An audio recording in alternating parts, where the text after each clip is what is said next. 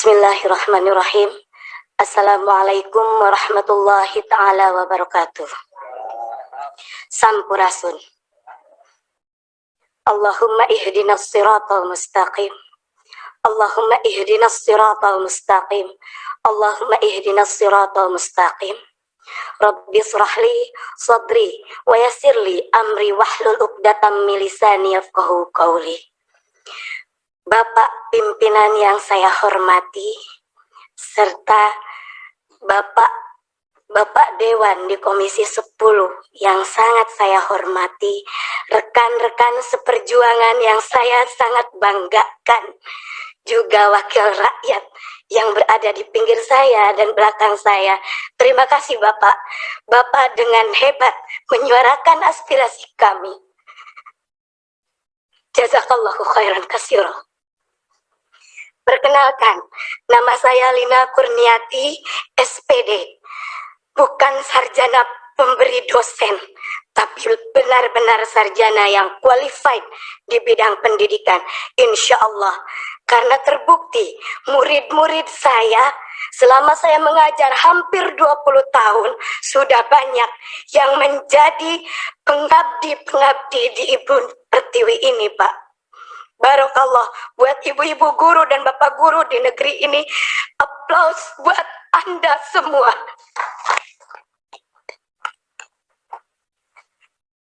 Bangga saya bisa duduk di sini memangku amanah yang sangat besar, Bapak. Banyak yang ingin saya sampaikan, sampai-sampai emosi saya tidak tertahan, saking gembiranya bisa bertemu dengan para wakil rakyat yang insya Allah akan amanah menyampaikan pemberi suara yang berkeluh kesah. Bapak, bukan kami ingin diistimewakan. Terkait regulasi P3K di RDPU Komisi 2 bersama Pak Samsul Rizal, saya mengatakan saya dan rekan-rekan akan terima regulasi ini dengan senang hati, meskipun kami mengharapkan kepres PNS tanpa tes untuk guru-guru, karena kami layak, kami pentransfer ilmu. Saya sampai merinding mendengar yang terhormat Kang Dede Yusuf berkata di TikTok, saya banggakan. Kami itu jantungnya negeri. Saya yakin dengan adanya RDPU ini, semua pemangku kebijakan yang ada di negeri ini mendengar kalau kami objek tertindas. Sudah jelas di Dapodik kami ada, tinggal diangkat. Sudah jelas dedikasi kami, tinggal diberi SK. Kami tidak meminta gaji yang spektakuler, tapi kami ingin diakui. Pak Jokowi lihat kami. Baru-baru ini, statement Mas Nadiem, maaf karena kami di Dinas Pendidikan, kami pendidik. Maaf Mas Nadiem, statement Mas Nadiem membuat polemik baru di antara kami semua. Kalau memang dana untuk penggajian P3K seperti yang Mas Nadiem omongkan, tolong pisahkan DAU yang turun ke kabupaten atau kota, dibedakan Pak amplopnya, dicap, ditulis ini untuk pendanaan P3K. Kami bukan boneka, Pak.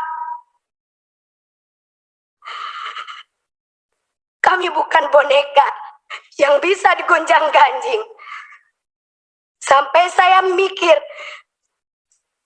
kita di daerah dengan gaji 450.000 per bulan, dan itu pun hanya dibayar 4 bulan sekali. Mendapatkan angin segar, apa yang dikatakan oleh para menteri merupakan angin segar bagi kami. Tetapi pada kenyataannya, tatkala kami mendatangi DPRD provinsi, mendatangi DPRD kabupaten, antara legislatif dan eksekutif, kami datangi, Pak. Mereka berbicara tidak ada ketentuan yang pas dari pernyataan Mas Menteri. Saya tegaskan sekali lagi, kalau memang dananya dari DAU, tolong dipisahkan supaya pihak kabupaten kota jelas ini amanah untuk para guru. Maaf kalau Lina di sini ngomong emosi, karena Lina pernah terjun langsung, Pak, ke lapangan. Masih ada rekan Lina yang digaji 150.000 dengan jarak tempuh dari rumah ke sekolah 45 menit, tidak bisa menggunakan sepeda atau motor atau mobil. Bayangkan kalau hujan, Pak. Dan itu Lina bikin semi dokumenter biar jadi bahan untuk para pemangku kebijakan melihat di lapangan seperti apa. Jangankan beras yang ditanggung negara, kami sakit pun negara tidak akan tahu, Pak. Kami honorer, kami mengabdi, ijazah kami S1, tapi nasib kami lebih rendah dari seorang kuli pasar.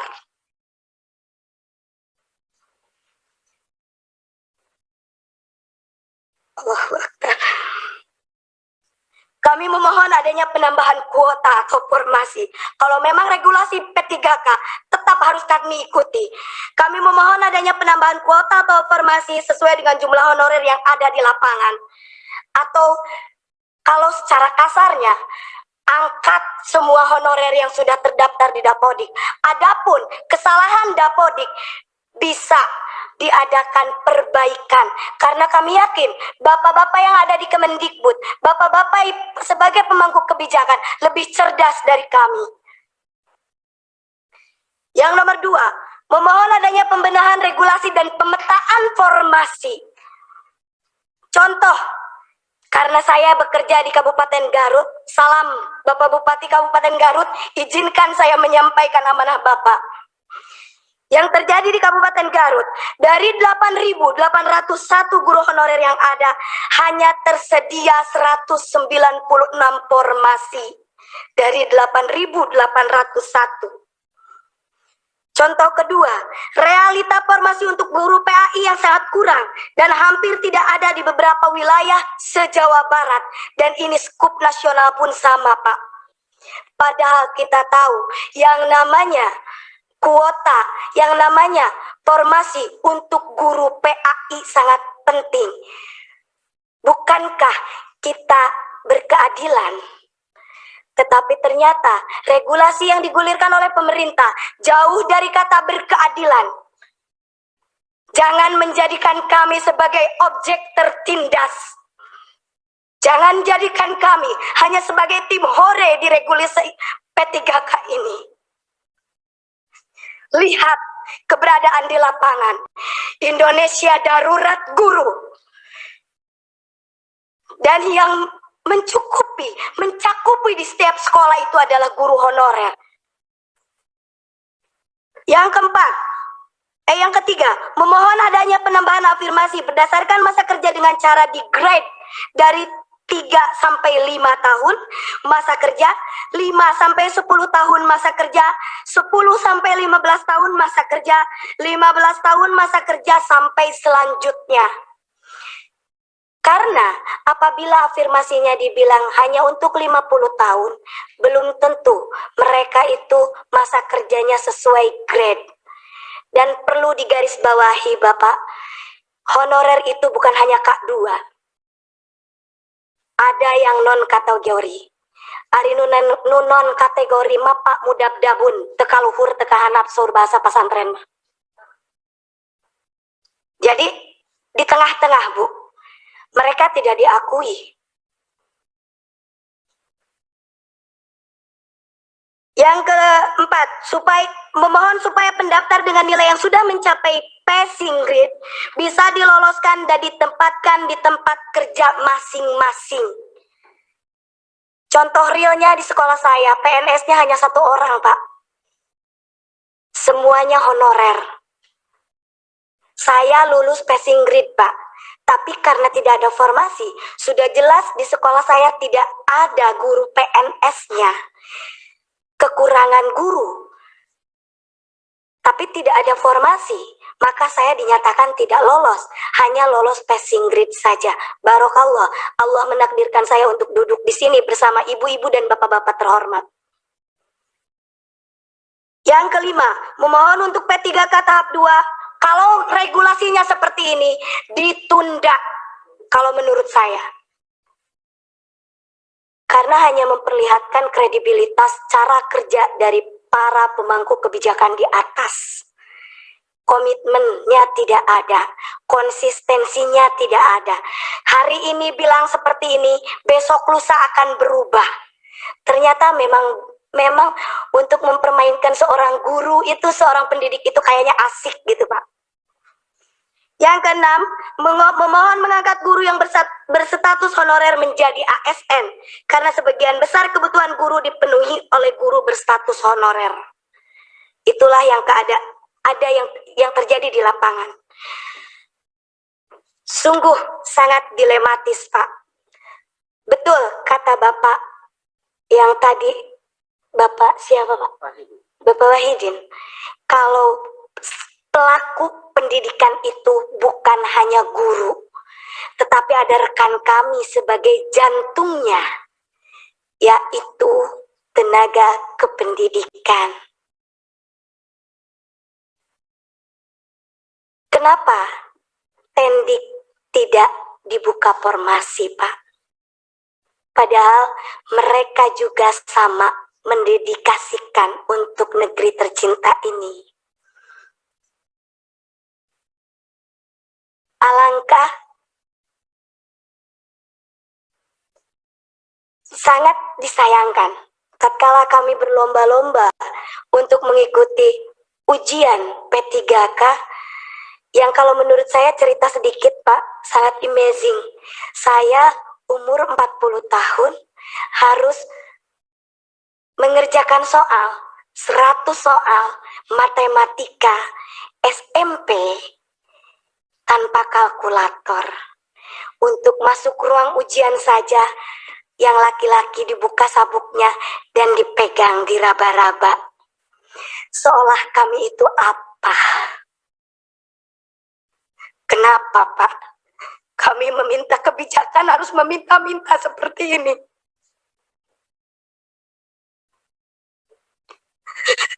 Padahal kami itu terhormat, Pak. Dari mulai kabupaten kota kami menangis, memohon. Kenapa, Pak? Padahal kami bukan koruptor. Kami pencetak generasi bangsa. Kami tidak akan beraksi selama masih bisa diplomasi.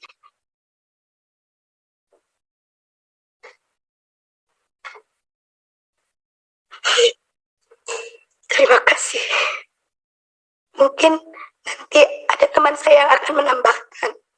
Jazakallah, Bapak. Jangan membuat air mata kami menangis lagi.